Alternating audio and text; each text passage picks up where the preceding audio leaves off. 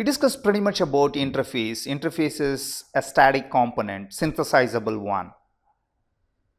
But when it comes to using interface within Testbench, you have to use this interface as virtual interface. Always remember this. So now there is a new concept called virtual interface. Look at this example. You have DUT and you have Testbench components like driver and monitor. In this case, we use AHB interface for everything. So we start off with this definition, AHB interface. And then we are going to instantiate this interface within DUV, within Testbench. Try to visualize like this. Within DUT, we create two instances. One is AH interface 1, the other one is AH interface 2.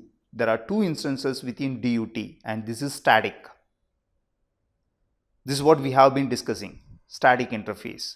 But when it comes to using interface within Testbench component, we need to define them as virtual. So here there are two more instances.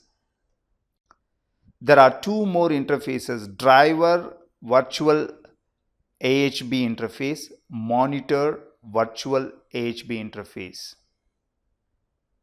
So what we do is we use a keyword called virtual. Automatically it makes the interface as virtual interface, and that's what you can do within Testbench component. When you define the same interface as virtual, what it means is the interface is going to be dynamic. Let's look at the example why we need to make it dynamic. So here we have driver, we have monitor. The DUT has got two different interfaces. One is AHB interface, the other one is APB interface. There are four AHB ports. AHB input port 1, input port 2, input port 3, input port 4. Similarly, there are four APB ports. So we define AHB interface and we create four instances, and that's how we define four AHB ports. We create APB interface and we create four instances within DUT. That's how we create four APB ports.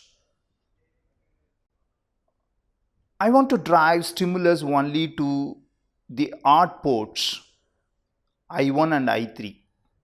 So during simulation, I want to create drivers only for odd ports D1, D3. When I create drivers for odd ports, automatically it should be able to create monitor for the output ports. So in this case, APB1, APB3. So it will have two monitors, M1 and M3.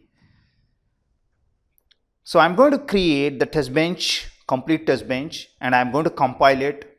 But in test case, I'm going to define something like, for this particular simulation, I want to drive stimulus only to the odd ports. So it will go through ports like I1 and I3, and eventually the DUT will produce outputs on output 1 and output 3. So the drivers and monitors will be created only for those ports dynamically during simulation. You don't really need to recompile the Testbench. This is how you need to visualize. So during simulation, you would be able to change the ports like this. Odd ports, now even ports. Maybe for test case 3, I want to drive stimulus to all the ports. This is possible only with virtual interface.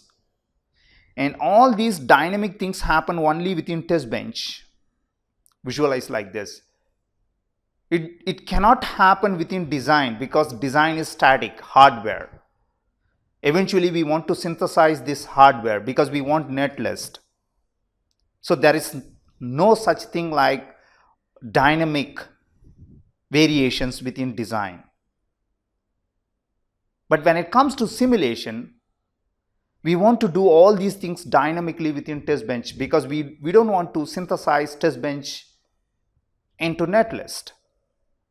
So why can't we do all the things dynamically? That's where we want to make interface as virtual interface and use the virtual interface within Testbench component. This is the difference between static interface and virtual interface.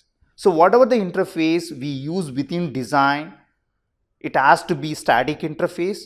When it comes to using interface within Testbench, basically we need to redefine the interface as virtual.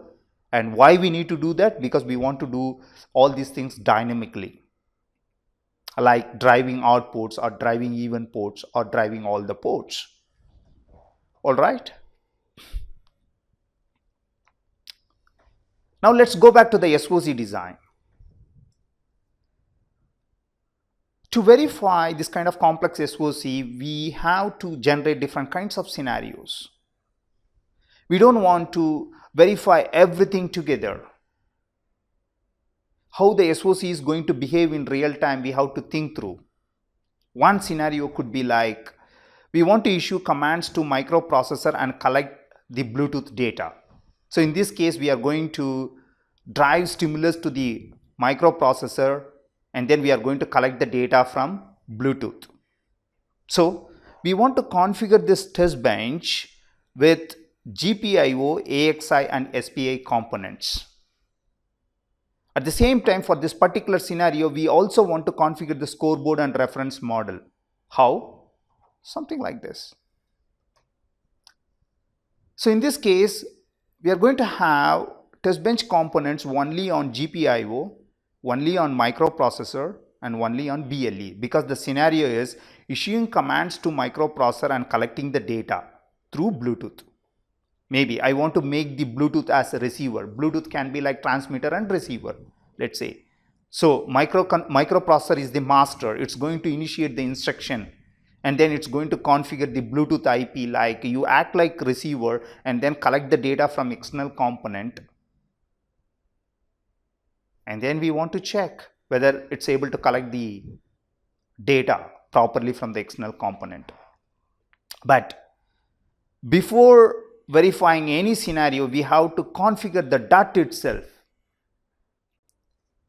So if you look at SOC will have configuration registers.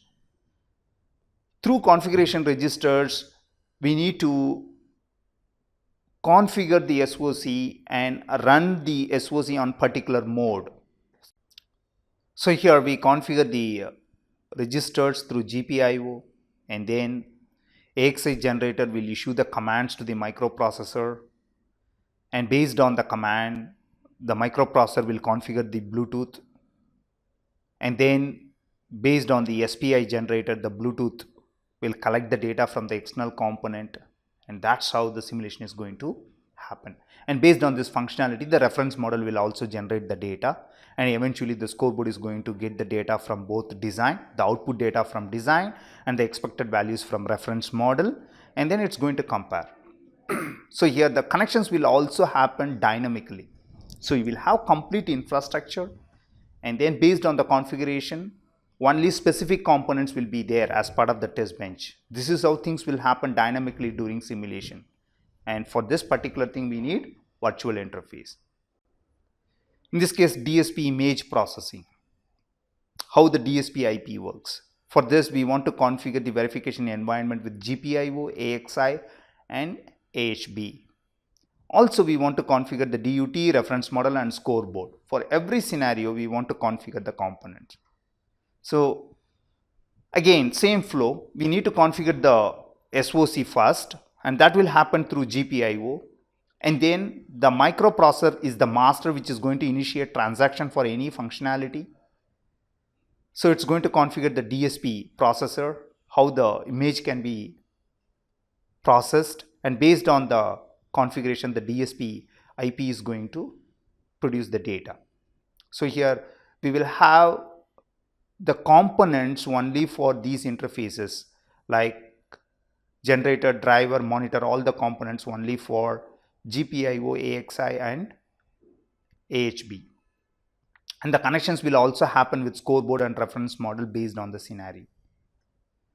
This is how the components will be created dynamically, and then the connections will be made. This is another example. If you look at protocol like AHB or AXI, you can have masters and slaves, and you can have multiple masters and multiple slaves also. When it comes to creating masters and slaves, what we do, we create VIP, verification IP for particular interface. So in this case, this is AHB verification IP, or in UVM we call this as UVC. Forget about this.